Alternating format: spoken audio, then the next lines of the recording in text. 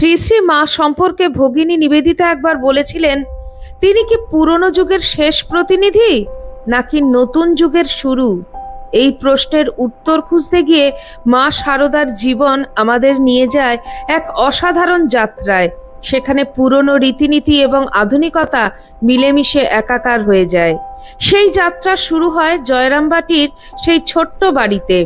শারদামণির বাবা রামচন্দ্র মুখোপাধ্যায় ছিলেন একজন সাধারণ কৃষক ও পুরোহিত, আর মা শ্যামাসুন্দরী দেবী ছিলেন গৃহিণী।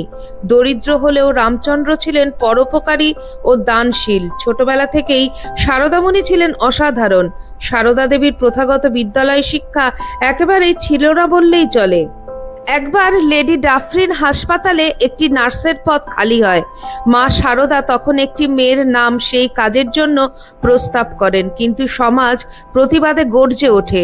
হিন্দু ঘরের মেয়ে গিয়ে রোগীদের মলমূত্র ঘাঁটবে, এটা অসম্ভব। কিন্তু শ্রী শ্রী মা শারদা শান্তভাবে বললেন, না না, ও গিয়ে শিখুক না, তারপর শিখে এসে তো আমাদেরই সেবা করবে। এই কথায় লুকিয়েছিল এক নীরব বিপ্লব। সেই মেয়েই ছিলেন পরবর্তীকালের শারদা মঠের প্রথম প্রেসিডেন্ট প্রভাজিকা ভারতীপ্রাণা মাতাজি। যেখানে আজকের দিনে অনেকে নার্সিং নিয়ে নাক সিটকোন, সেখানে তখনকার দিনে তো ব্রাহ্মণ ঘরের মেয়েরা ঘরের বাইরে পা রাখত না। মা শারদা ভাঙলেন সেই ট্যাবু। সেই মেয়ে গেলেন নার্সিং শিখতে এবং পরে প্রেসিডেন্ট হয়ে জনজীবনের সঙ্গে যুক্ত হলেন।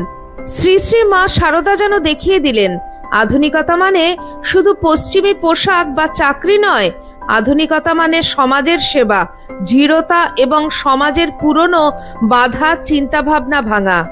19 শতকের গ্রামীণ বাংলার এক সাধারণ পরিবারে জন্মগ্রহণ করলেও তার চিন্তাভাবনা ছিল আধুনিক। তাই মা শারদার গল্প শুধু এখানে থেমে থাকে না। স্বামী বিবেকানন্দ একবার তার ভাতৃস্থানীয় একজনকে চিঠিতে লিখেছিলেন, দাদা, মা ঠাকুরন যে কি বস্তু তোমরা এখনো কেউই বুঝতে পারোনি, ক্রমে পারবে। তিনি ভারতে এসেছেন মহাশক্তি জাগাবেন বলে। তাকে কেন্দ্র করে গার্গী, মৈত্রেয়ী আবার সব জগতে জন্মাবে। শ্রী শ্রী মায়ের নারীবাদী দৃষ্টিভঙ্গি আজও প্রাসঙ্গিক, যা নারীদের শিক্ষা, স্বাধীনতা এবং সমতার পথ দেখায়। তার দর্শনের সার পুরনো বন্ধন ভেঙে নতুন আলোর সূচনা করে। শ্রী শ্রী মা শারদা শুধু একজন মাতৃস্বরূপা নন, তিনি নারী মুক্তির পথপ্রদর্শক। শ্রী মায়ের কর্ম এবং উপদেশে নারী পুরুষের সমতা, নারী শিক্ষা, সামাজিক কুসংস্কারের বিরোধিতা এবং নারীর স্বাধীনতার প্রতি গভীর বিশ্বাস প্রকাশ পায়।